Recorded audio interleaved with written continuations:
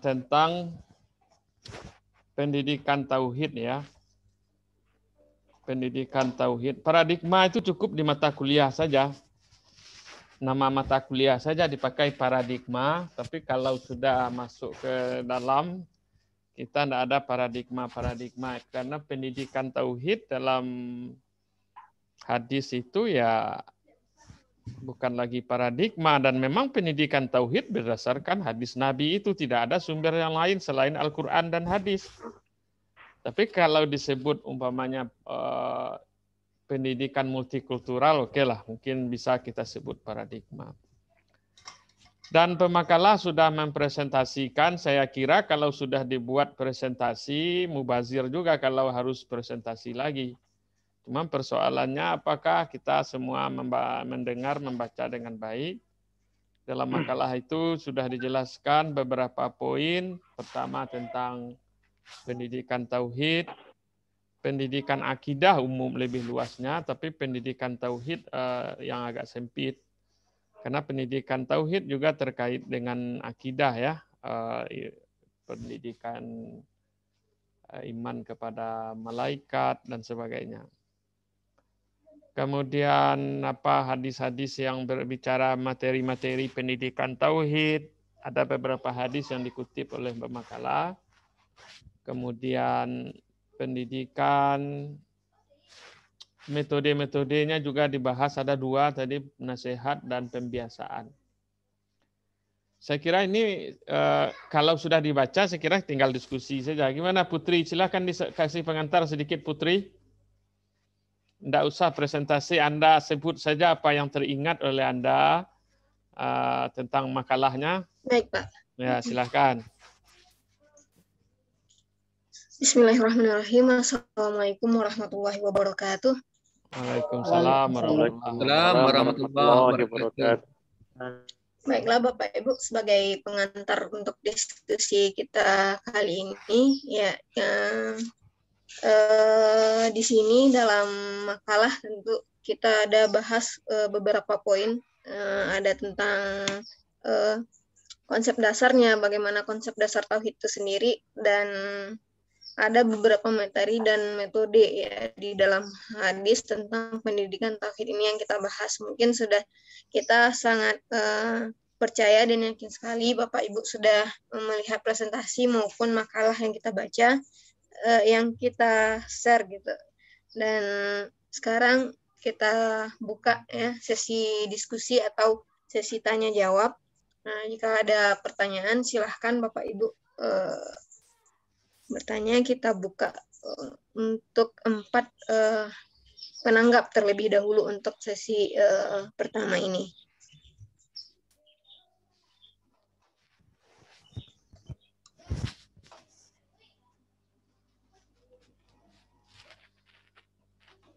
Oke, silakan. Ada yang mau, ada dibaca enggak makalah? Insya Allah ada tuh Pak. Enggak, kawan-kawan? Kan sudah. Ada ya? Ada yang mau ditanyakan? Silakan.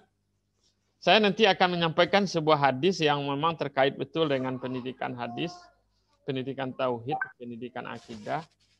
Hadis Turmuzi nanti saya jelaskan sedikit saja untuk menguatkan makalahnya dan beberapa catatan masukan dari saya. Silakan kalau ada. Izin Bu Putri. Ya, baik, silahkan Pak Ali Akbar. Terima kasih saya ucapkan kepada Bu Putri tentang penjelasan makalahnya tentang tauhid. Yang ingin saya tanyakan yaitu di makalah Bu Putri ada menuliskan hadis tentang mencintai saudara seiman. Ya Bu Putri. Yang ingin saya tanyakan, apa kaitan antara hadis mencintai saudara seiman tersebut dengan konsep tauhid tersebut? Di mana letak keterkaitannya?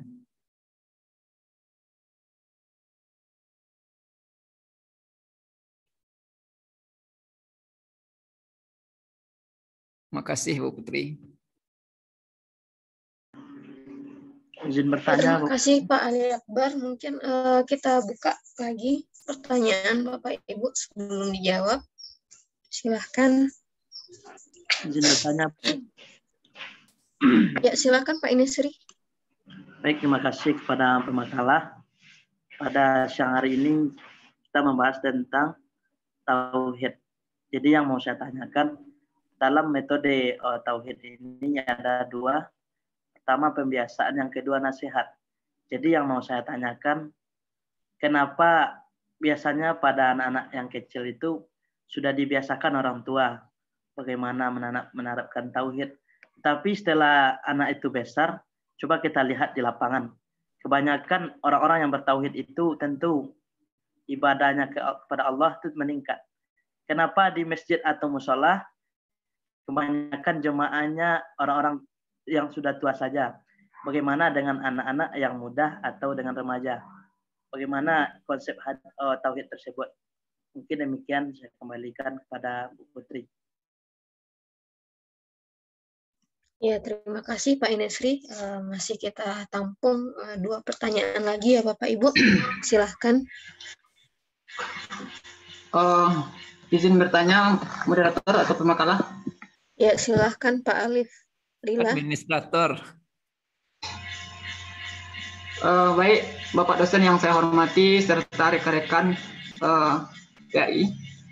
Yang akan ditanyakan di sini adalah tentang materi pendidikan tauhid dalam hadis. Di sini di nomor 1 ada dikatakan memahami fenomena alam. Di tengah-tengah masyarakat sering terjadi saat sekarang ini bahwasanya masih banyak masyarakat di sekitar kita yakin dengan bunyi-bunyian gitu. Contohnya bunyi burung ini menandakan apa lah gitu. Jadi bagaimana hubungannya dengan fenomena alam seperti itu? Apakah dibolehkan dalam masalah tauhid? Terima kasih, Bu Dona. Ya, terima kasih Pak Alif Lila. Masih ada, kita buka kesempatan satu penanya lagi Bapak Ibu, silahkan jika ada yang mau bertanya,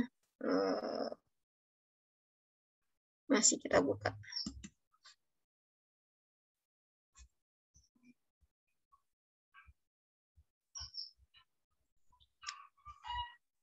Baiklah, mungkin sembari ada pertanyaan lagi, karena ada 3 pertanyaan yang sudah masuk, mengingat Zoom kita juga, kita coba bahas untuk yang pertama.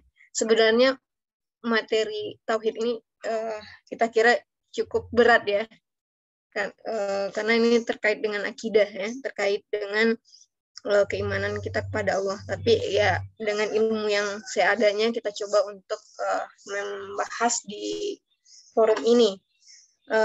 Yang pertama itu ada, apakah hubungan konsep tauhid dengan mencintai saudara seiman ya, karena di sana ada kita kutip sebuah hadis yang mencintai saudara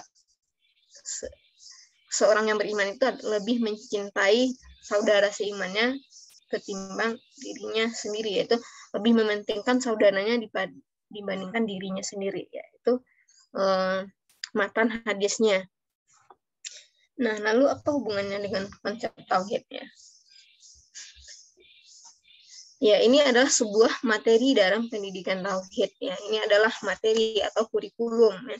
Jadi di dalam makalah juga kita sampaikan itu adalah salah satu kurikulum atau bahagian dari pendidikan tauhid itu sendiri ya. Jadi apa hubungannya ya, ketika kita mengajarkan ilmu tauhid ini kepada peserta didik atau anak-anak ya, mesti kita, salah satu materi yang mesti dipahamkan atau dipahami oleh peserta didik kita yaitu bagaimana dia mencintai orang lain ya, saudara seimannya lebih dari dirinya sendiri ya, di mana mementingkan urusan kelompok daripada urusan pribadi. Nah, ini adalah bagian dari konsep keimanan itu sendiri, karena di dalam hadisnya kita lihat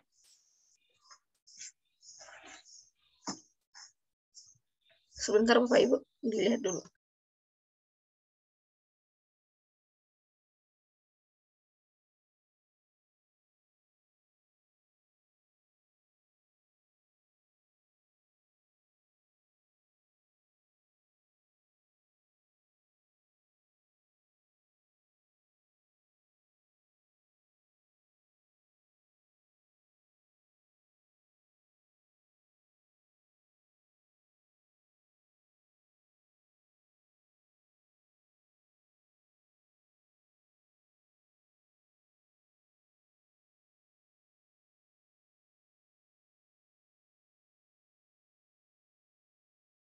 Karena di dalam matan hadis ini berbunyi la yu'min, ya, tidak beriman. Jadi tidak beriman seseorang yang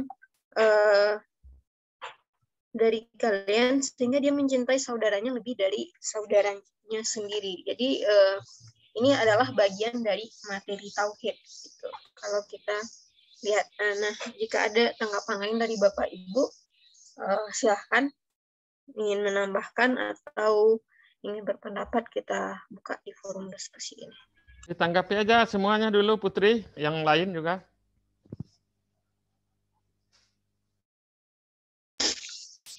Baik, Pak. Nah, untuk yang kedua itu pertanyaan dari Pak Inasri. Kenapa misalnya konsep tauhid ini ketika akidah seseorang semakin kuat, untuk ibadahnya juga meningkat, gitu ya Pak Inasri.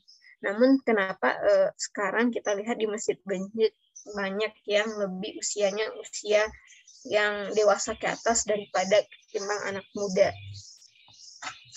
Ya, ini mungkin sebuah kasus ya, fenomena mungkin regenerasinya mungkin yang sedikit berkurang saat ini kalau kita lihat, karena kalau kita lihat kembali ke sejarahnya gitu, istilahnya sejarah, ketika Bapak Ibu yang tua atau yang dewasa ini kecilnya bagaimana pendidikan tauhidnya, ya hingga melahirkan mereka yang rajin beribadah saat ini.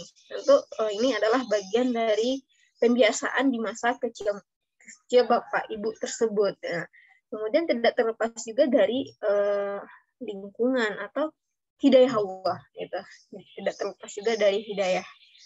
Kita nggak tahu kan di usia berapa hidayah itu diberikan oleh Allah Subhanahu wa Ta'ala, sehingga alhamdulillah ketika masa tuanya semakin giat beribadah.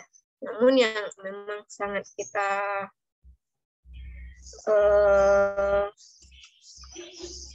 sayangkan, memang sedikit sekali ya daripada para pemuda yang mau rajin ke masjid, begitu kasusnya yang dilihat Pak Inasri, gitu. Ya itu kalau menurut kita itu bagian dari kasus, dan kita ini banyak yang muda-muda, anak-anak muda saat ini ya giatlah untuk mendakwahkan tauhid ini, baik itu di sesama teman-teman. Nah, itu yang mesti sebenarnya dalam pendidikan tauhid, karena pendidikan tauhid ini tidak hanya di sekolah atau tidak hanya di keluarga, namun di lingkungan mesti juga kita syiarkan. Itu kalau tanggapan makalah. Kemudian bagaimana dengan percayaan tadi, pertanyaan dari Pak Alif, adanya kepercayaan dengan bunyi-bunyi burung. Kalau itu kita maksud kepercayaannya di sini bagaimana Pak? Jadi kita mungkin lebih dilihat dulu gitu.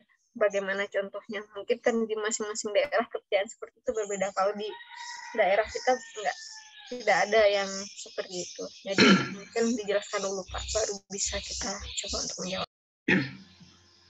Seperti ini pemakalah yang ini terjadi di daerah saya ya. Contohnya kicauan murai gitu. Murai berkicau atau berbunyi, bahwasanya sebagian masyarakat percaya bahwasanya itu menandakan adanya orang yang akan meninggal gitu. Itu contohnya. Terima kasih. Mungkin kalau seperti itu di dalam hadis, beberapa hadis, ya mungkin ilmu kita, ya, mohon maaf ya Bapak Alif Diran, mungkin ilmu kita yang sedikit atau bagaimana, di dalam hadis memang belum ada kita temukan tanda-tanda kicauan murai menyebabkan ini gitu kan. Jadi mohon maaf, dan kalau memang tidak ada di dalam Al-Quran ataupun Sunnah Allah, ya mestinya sebagai orang beriman tentu kita tidak mempercayainya. Yang dimaksud dengan fenomena-fenomena alam di dalam hadis yang tadi adalah dengan adanya fenomena alam tersebut, ya dengan adanya kekacauan, dengan adanya bagaimana interaksi sosial masyarakat saat ini, kita semakin kuat keimanan kita kepada Allah. Gitu. Mestinya seperti itu. Jadi dengan adanya musibah misalnya, nah, tentu kita ternyata dengan musibah yang kecil aja seperti ini dampaknya. Bagaimana dengan janji Allah tentang goncangan di hari akhir nanti. Nah, jadi itu akan menguatkan akidah kita gitu. Itu yang dimaksud dalam hadis ini kalau kita pahami. Namun bukan fenomena yang seperti itu kita yakini seperti ini, bukan seperti itu Pak Alif. Ya, tapi kalau memang ada dari teman-teman nanti atau Bapak Ibu yang lain yang menemukan hadis yang seperti itu, kalau kita belum. Gitu. Mungkin seperti itu Pak, dilempar ke Bapak Ibu yang lain Pak.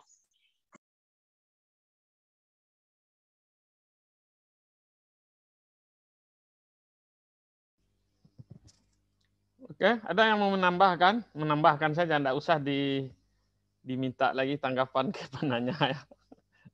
Kalau ada yang mau menambahkan, memperkuat, tidak apa, silakan. Ya, pertama. Izin menambahkan, Pak. Ya, silakan. Oke. Oke. Bismillahirrahmanirrahim. Assalamualaikum. Ini apa tadi terdengar bahwasanya tentang apa? Tidaklah beriman seorang jikalau dia tidak mencintai saudaranya ya, Bu Dona. Ya, sah. Itu tidak berimannya sampai ke kafir atau gimana tuh, Bu?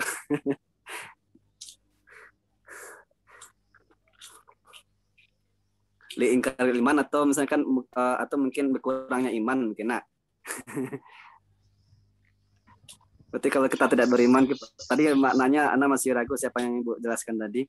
Kalau misalkan untuk hanya kesempurnaan iman, cocok lah itu kan. Misalkan kita menikah sekalipun kan, untuk sempurnanya agama atau iman kan, nikah kan. Itu termasuk dari itu kan, tidaklah untuk sempurnanya iman kita kepada Allah SWT, cintailah saudara kita kan, gitu. Udah sampai kafir kan Bu ya? Tidak, soalnya kan nahi di sana tadi Ibu kan berkatakan kan tidak beriman. Kalau tidak beriman tuh otomatis seperti pasti kafir lah kan. Nah, tapi ada beberapa literatur sih yang menganggap seperti itu. Namun kalau kita berpendapat kita lihat, kita cenderung pada pendapat yang mengatakan memang berkurangnya keimanan gitu, karena nahi di sana kan juga ada syarahnya. Tapi memang ada literatur yang kita temukan bahwa ketidaksempurnaan itu berarti kan memang tidak beriman. Ada beberapa literatur kita temukan kemarin gitu. Namun kalau kita pribadi berpendapat memang yang keimanan di sana itu memang maksudnya berkurang. Terima kasih Bu. Ada lagi yang lain mau menambahkan? Ini masalah burung tadi gimana? Bunyi burung. Burung siapa tuh Pak? Itu Pak apa tadi masalah burung? Bunyi-bunyi kalau burung. Kita berbicara itu, mohon maaf itu bentuk kemusikan kalau apanya Pak, tapi kita nggak berani tadi bilangnya. Mengarahnya ke tahayul. Kalau perkiraan cuaca gimana? Sirik juga perkiraan cuaca? Kalau perkiraan cuaca, kalau memang ada ilmunya hasil riset dan itu tidak hanya dia yang ada ilmunya, tidak Pak. Sama aja dengan dokter Pak. Ya. Kalau kita bilang berarti bedanya sangat tipis gitu ya. Jadi ramalan-ramalan itu sangat tipis bedanya, maka harus hati-hati juga kita ya. Kalau pengalaman orang tua umpamanya ada bunyi-bunyi burung itu petanda, selama dia tidak mengaitkan dengan kekuasaan burung itu, kekuasaan apa, saya kira tidak masalah juga. Tapi kalau diyakini itu terkait dengan kehebatan burung itu, dia yang bisa meramalkan bahwa itu juga jadi masalah ya. Saya kira begitu. Kemudian masalah, tapi versinya harus lebih hati-hati ya, jangan nanti, kalau ini kan dalam versi kita saja, kalau ke masyarakat awam kita harus ingatkan hati-hati bahwa kekuasaan Allah itu tidak ada sangkut pautnya dengan bunyi burung. Tapi ada juga hadis membicarakan umpamanya ada juga binatang yang diperdengarkan Allah tentang peristiwa-peristiwa gaib. Itu mungkin juga perlu dikaji lebih mendalam ya. Baik, saya kira seperti itu saja. Nanti diperdalam saja lewat diskusi di Google Classroom.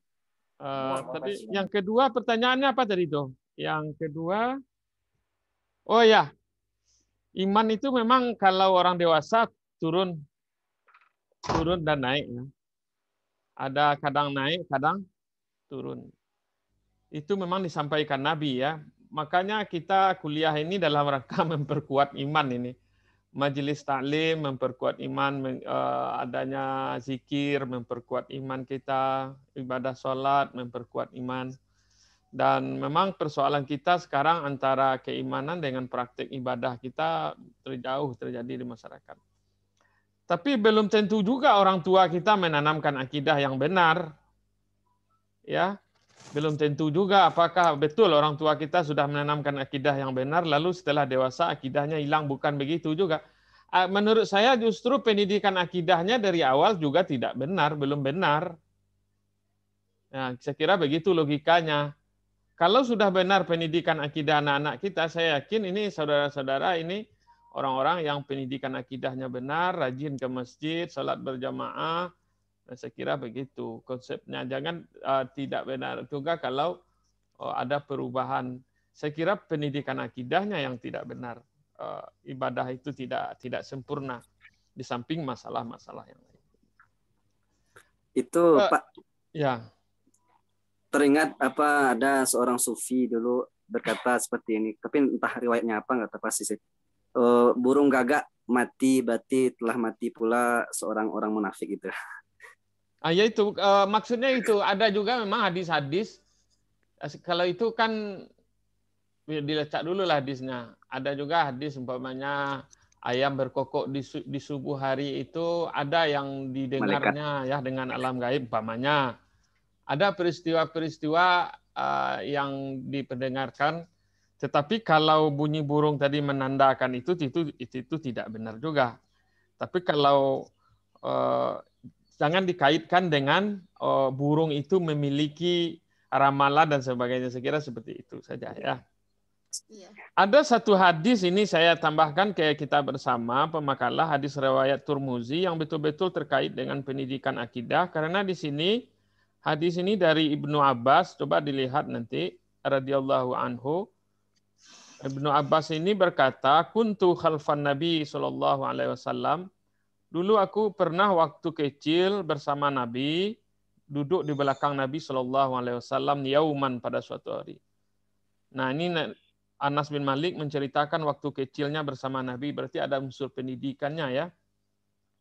Faqala, lalu Nabi berkata, ya gulami inni u'allimuka. Ini ada paradigma pendidikannya di sini.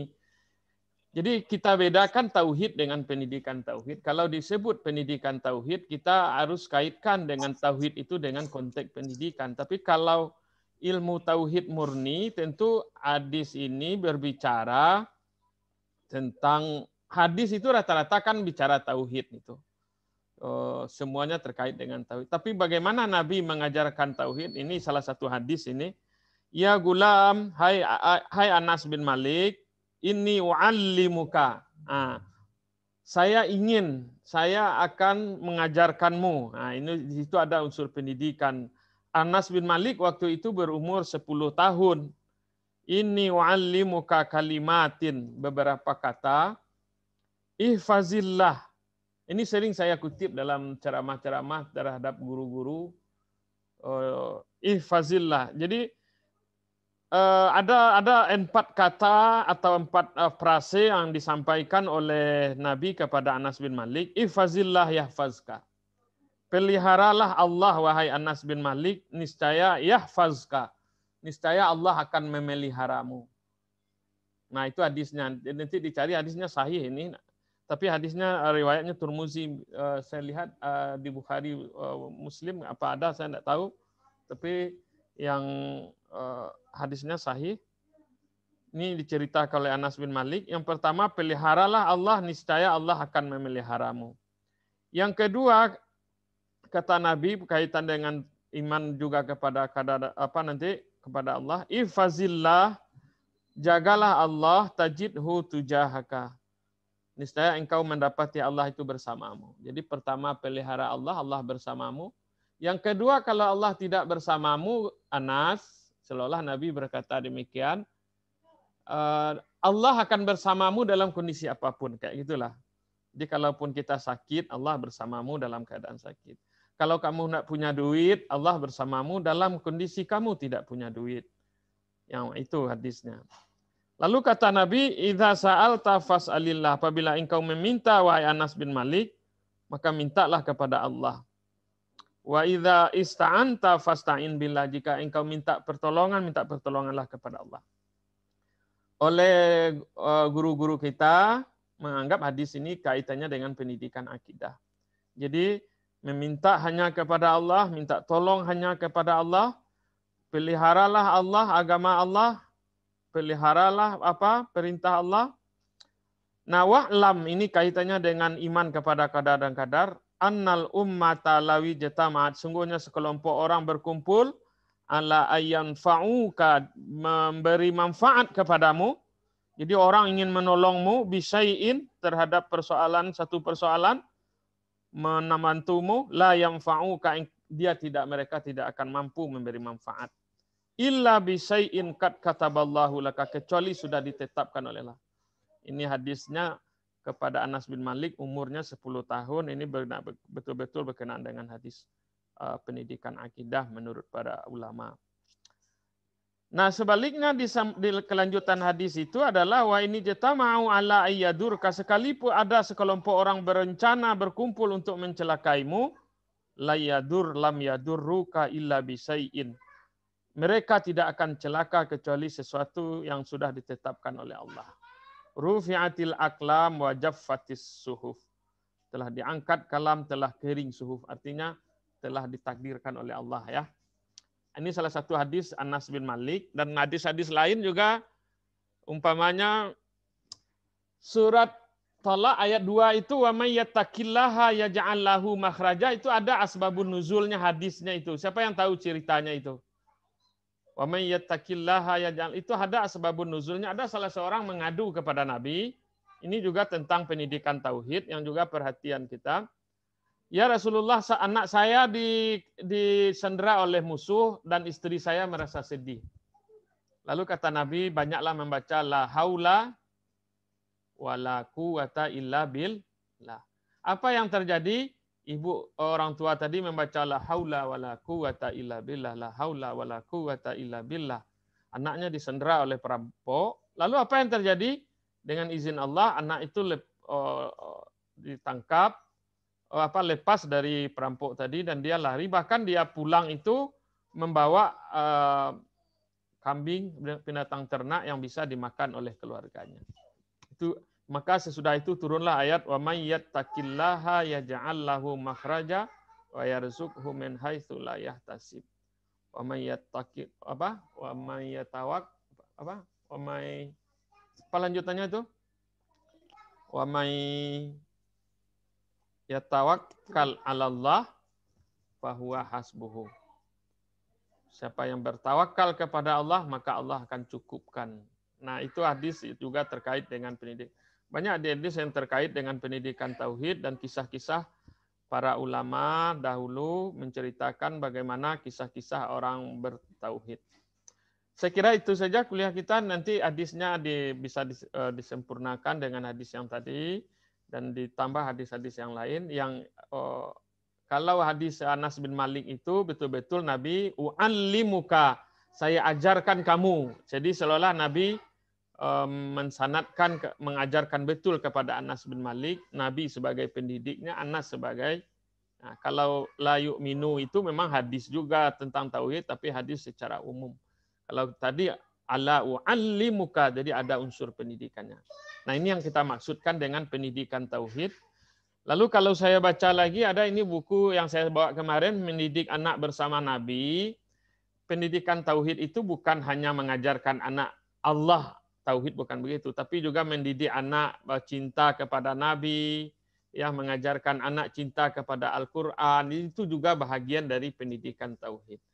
Caranya gimana ya dari awal, bahkan kalau pendidikan tauhid itu dalam Islam, semenjak anak dilahirkan dilafazkan apa?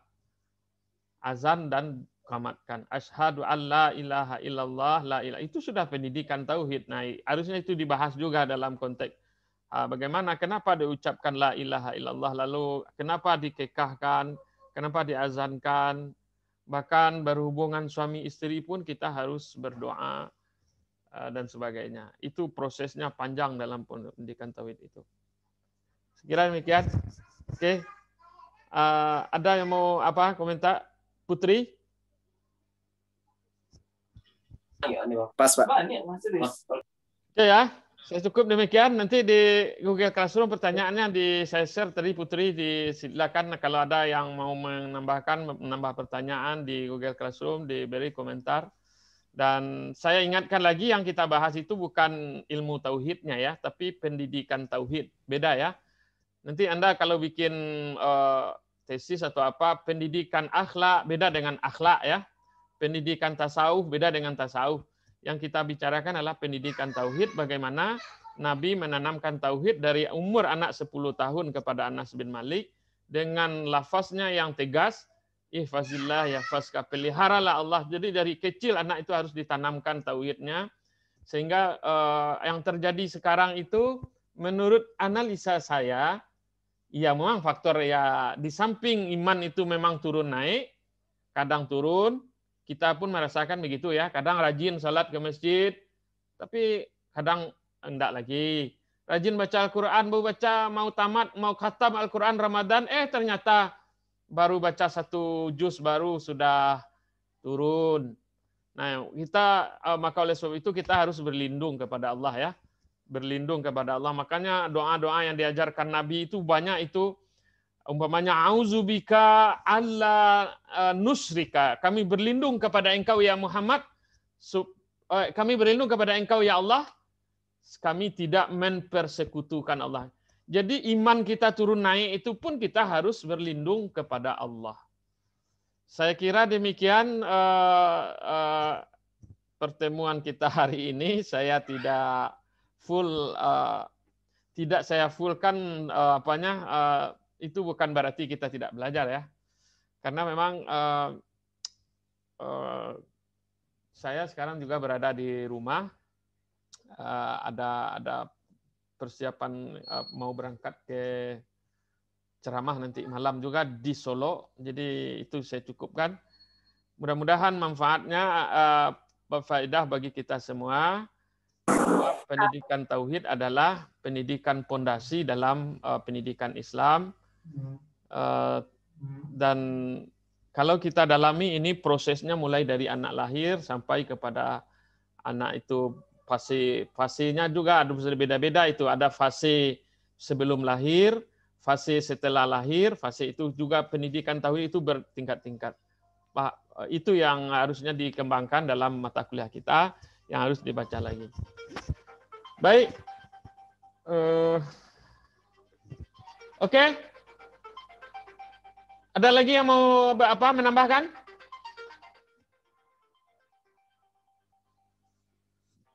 Oke, kalau tidak ada kita cukupkan demikian. Mohon maaf, kita silakan lanjutkan di Google Classroom. Kalau ada diskusi nanti akan saya ulas di Google Classroom.